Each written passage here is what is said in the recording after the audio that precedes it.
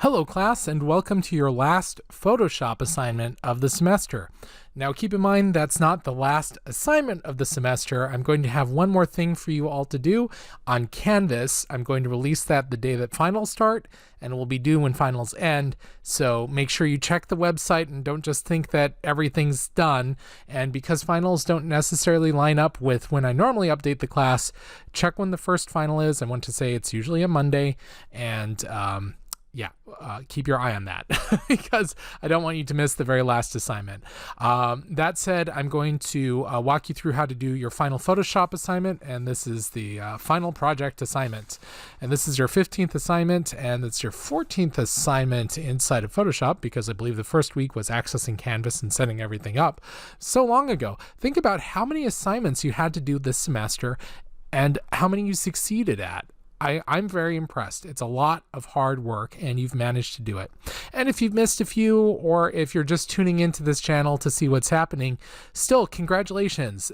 It was so many videos to go through.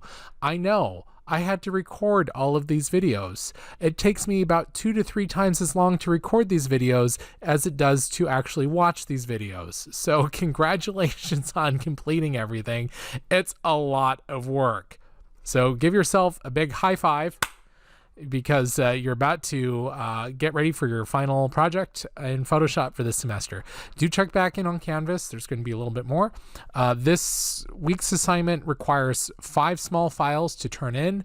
So I'm not really going to be showing you how to, as I upload videos there. I'm not really going to be showing you how to make posters per se. By now you actually kind of know how to do it. I talk a bit about it. I throw one together real fast, but honestly, the assignment 14 videos covers how to make legible text. This week we're going to be talking about how to save out all the files, and it takes a while. Now that said, I don't want to leave you in the lurch. I'm going to post some videos from slightly more, shall we say, more famous artists than I. Certainly David Carson will be one of them. I'll be posting a link to his TED Talk video on design. David Carson did some insane and amazing work using typography and turning it less into a readable element and more into a design element. I think watching his video is worthwhile. I think he uses a couple of swear words, so watch out if you're working on this in maybe a work environment. Wear some headphones, maybe tilt the screen a bit. I'm sure he has some printed, so watch out for that. I'm also going to post a link to a video, why city flags may be the worst designed things you've ever noticed. And this one's by Roman Mars. And it talks about how to make something visible and distinguishable from a distance.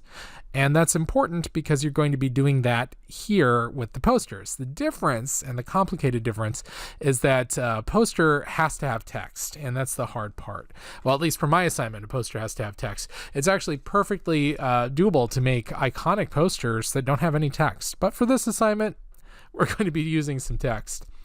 All right, also one other thing. Throughout this, I have a tendency of recommending you save fonts if you get new fonts, someplace you can get to them. If you have a copy of Illustrator, you can actually bring in your Photoshop document and do Illustrator's package technique. Photoshop doesn't have quite the same thing. They do have let me locate this. It's been a while. It's hidden on this one, or rather ghosted out because I'm not in a Photoshop document. They have a package option. This does not work the same way as it would in Illustrator. Packaging in Photoshop gets all of your linked items back together. In Illustrator, what it will do is actually take copies of your fonts out of your computer and duplicate them into a folder structure along with everything else. So if you have Illustrator and you have some experience in Illustrator, feel free to toss your Photoshop document in there and package it to drag all of your fonts out. Otherwise, for the rest of us who don't have Illustrator installed on our computers, be sure to keep a copy of your fonts in the same folder that you have your editable file so that you can package it up for later. And just to give you an idea of what that would look like, I have a submission folder with the final project in it ready to go. I'm just going to make one more folder and call it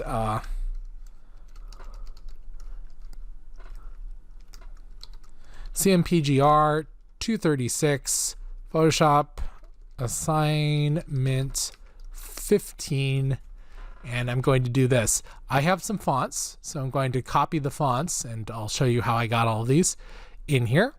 I have a couple of in progress files, so I'm going to go ahead and grab those. It's these two. And then I have the submission files. I'm going to put all those in one folder. Cancel. I do have to not have the file open in Photoshop for that to work. I'm going to put those all in one folder. It still thinks that Photoshop has it open. If I close Photoshop, the indignities of a Windows 10. I'm just going to copy it here. There we go. And then I would have essentially everything. I would have the fonts, so I'd make a new folder and call it fonts.